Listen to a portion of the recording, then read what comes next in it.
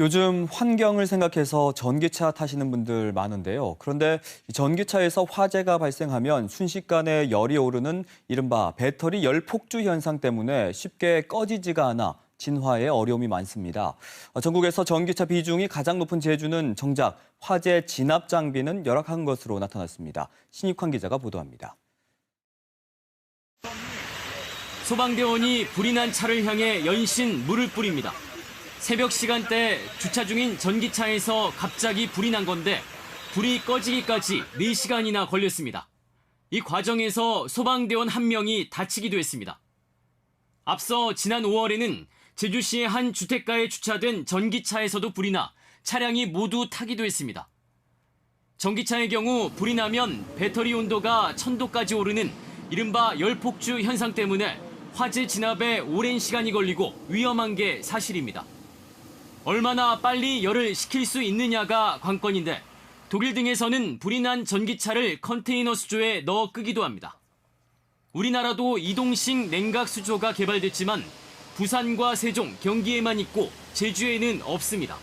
전기차 화재는 냉각 소화와 질식 소화로 소화를 하는 것이 효과적인데요. 이동식 냉각 수조가 그나마 효과가 가장 우수하다고 볼 수 있습니다. 특히 부산의 경우 이동식 냉각 수조 11점과 산소 공급을 막는 질식 소화덮개 22점, 차량 하부 배터리에 소방수를 뿌리는 상방 방사관창 13점 등 3종의 진압 장비가 모두 구비되어 있습니다. 반면 전기차의 메카라고 자부하는 제주는 질식 소화덮개 2점뿐입니다.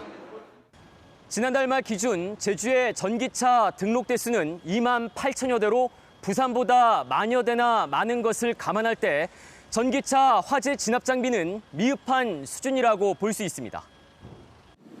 전기차 화재 같은 것들이 발생할 가능성이 다른 지역보다도 훨씬 더 높기 때문에 이러한 화재 같은 문제가 발생했을 때 대처하기 위한 각종 소화 장비가 좀 더 많이 갖춰져야 된다는 겁니다. 제주에선 지난 2014년부터 5년간 전기차 화재가 한 건도 없었지만 2019년과 2020년 한 건씩 발생했고 올해는 벌써 2건이 발생하는 등 전기차 보급과 비례해 증가 추세를 보이고 있습니다.